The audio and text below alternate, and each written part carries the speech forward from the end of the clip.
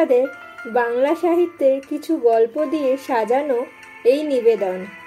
ভিন্ন স্বাদের বাংলা গল্পের ঝুলি। আজকের গল্প ফুলের টব। এটি জিওভানি বোকাচ্চিওর লেখা দি পট অফ ব্যাসিলের বাংলা অনুবাদ। এটি অনুবাদ করেছেন সুধাংশু রঞ্জন ঘোষ।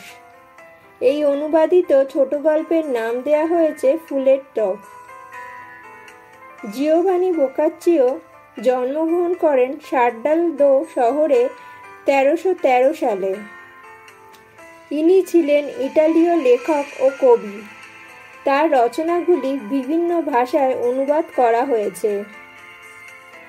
তার মৃত্যু হয় 1375 সালে 21শে ডিসেম্বর।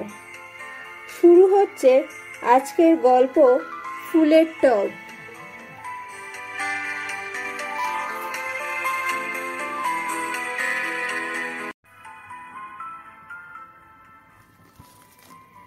মেসিনাতে 3 যুবক ভ্রাতা বাস করত স্যান জিমিনানো নামে এক নগরে। তারা ছিল ধনী ব্যবসায়ী এবং তাদের পিতার মৃত্যুর পর প্রচুর ধন সম্পদের অধিকারী হয়। লিসাবেত্তা নামে তাদের এক সুন্দরী বোন ছিল। তার তখনও বিয়ে হয়নি। লরেঞ্জো নামে পিসার এক যুবক তাদের কারবারের দোকানে যাবতীয় কাজকর্ম দেখাশোনা করত। লরেঞ্জো দেখতে যেমন সুন্দর ছিল, তেমনই ছিল সৎ এবং সাহসী। সব দিকেই সে তার কর্মকুশলতার পরিচয় দিত। তার রূপগুণের পরিচয় পেয়ে মুগ্ধ হয়ে যায় লিসাবেত্তা এবং তার প্রেমে পড়ে যায়। লরেঞ্জোর পানে তাই মাঝে মাঝে মদির কটাক্ষে তাকিয়ে তার অন্তরের এই প্রেমানুভূতির কিছুটা প্রকাশ করত সে। লরেঞ্জো তার পানে এইভাবে মুগ্ধ দৃষ্টিতে তাকাতো মাঝে মাঝে। এইভাবে প্রায় তাদের দৃষ্টির আদান প্রদান চলত এবং এই দৃষ্টি বিনিময়ের মধ্য দিয়ে তাদের অন্তরের প্রেমানুভূতিরও আদান প্রদান চলত। ক্রমে তাদের প্রেম কামনায় এমন উগ্র হয়ে ওঠে যে সে কামনা চরিতার্থ করার জন্য তারা গোপনে মিলিত হতো, অথচ এই মিলনের ব্যাপারে বিশেষ কোনো গোপনীয়তা অবলম্বনের প্রয়োজনীয়তা অনুভব করত না। ফলে কোনো এক রাতে লিসাবেত্তা যখন অতি সন্তর্পণে লরেঞ্জোর ঘরে যাচ্ছিল, তখন তাদের সবচেয়ে বড় ভাই তাকে দেখে ফেলে। বড় ভাই তা দেখে বিশেষ বিচলিত হয়ে পড়লেও সে তখন লিসাবেত্তাকে কিছুই বলল না। সে নীরবে তার ঘরে গিয়ে সারা রাত ধরে একথা ভাবতে লাগলো। লিসাবেত্তা কিন্তু এর কিছুই জানতে পারল না। পরদিন বড় ভাই তার অন্য 2 ভাইকে ডেকে লরেঞ্জো আর লিসাবেত্তার মধ্যে চলতে থাকা গোপন ভালোবাসাবাসির ব্যাপারটা বলল এবং তার প্রমাণস্বরূপ গতরাতে তার নিজের চোখে দেখা ঘটনাটির কথাও বলল। 3 ভাই অনেকক্ষণ ধরে নিভৃত গোপন আলোচনার পর ঠিক করলো ব্যাপারটা কোনো মতেই তারা জানাজানি হতে দেবে না। এ ব্যাপারে তারা কিছু দেখেছে বা শুনেছে বাইরে তা ঘুণাক্ষরেও প্রকাশ করবে না। তবে সেই সঙ্গে তারা এটাও ঠিক করলো যে এ ব্যাপারটাকে আর বেশি দূর এগোতে দেয়া চলবে না। এই অবৈধ গোপন প্রেমকার্য যাতে আর চলতে না পারে এবং লিসাবেত্তার চরিত্র যাতে কোনো কলঙ্কের কালিমায় লিপ্ত হতে না পারে, তার জন্য তারা প্রতিকারমূলক একটি পরিকল্পনাও খাড়া করল। কিন্তু এই পরিকল্পনার কথা বাইরে প্রকাশ করল না। আগে যেমন তারা লরেঞ্জোকে বন্ধুভাবে দেখত, তেমনই দেখতে লাগলো এবং তার সঙ্গে হাসি ঠাট্টা করে যেতে লাগলো। একদিন তারা লরেঞ্জোকে বলল ব্যবসার কাজে তাদের এক দূর দেশে যেতে হবে এবং লরেঞ্জোকেও তাদের সঙ্গে যেতে হবে। সরল বিশ্বাসে তাদের কথায় রাজি হয়ে গেল লরেঞ্জো। একদিন 3 ভাই লরেঞ্জোকে সঙ্গে নিয়ে নগরের বাইরে এক নির্জন স্থানে চলে গেল। তাদের অভিসন্ধির কথা কিছুই বুঝতে পারল না লরেঞ্জো। লরেঞ্জোকে এইভাবে একা এবং অসতর্ক অবস্থায় পেয়ে তাদের পূর্ব পরিকল্পনা মতো 3 ভাই হত্যা করল লরেঞ্জোকে এবং গোপনে এক জায়গায় তাকে এমনভাবে কবর দিল যাতে কেউ তা দেখতে না পায়। তারপর মেসিনাতে ফিরে এসে 3 ভাই সকলকে জানালো তারা ব্যবসার কাজে এক দূর দেশে পাঠিয়েছে লরেঞ্জোকে। এদিকে লরেঞ্জোকে দীর্ঘদিন দেখতে না পেয়ে লিসাবেত্তা বিশেষ দুঃখিত হলো মনে মনে।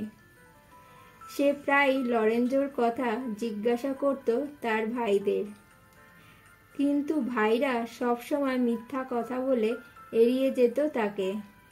একদিন লিসাবেত্তা তার এক ভাইকে লরেঞ্জোর বিষয়ে বিশেষভাবে পীড়াপিড়ি করায় তার সেই ভাই কড়া গলায় বলে, এ কথা আর কোনোদিন জিজ্ঞাসা করবে না আমাদের।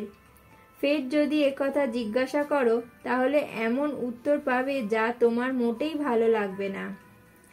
এ কথা শুনে সেদিন থেকে তার কোনো ভাইকে লরেঞ্জো সম্বন্ধে কোনো কথা জিজ্ঞাসা করতো না লিসাবেত্তা। কিন্তু বাইরে কিছু না বললেও রোজ রাতে শুয়ে শুয়ে লরেঞ্জোর কথা গভীরভাবে ভাবত লিসাবেত্তা। মনে মনে ঘুমড়ে মরত এক নীরব বেদনায়।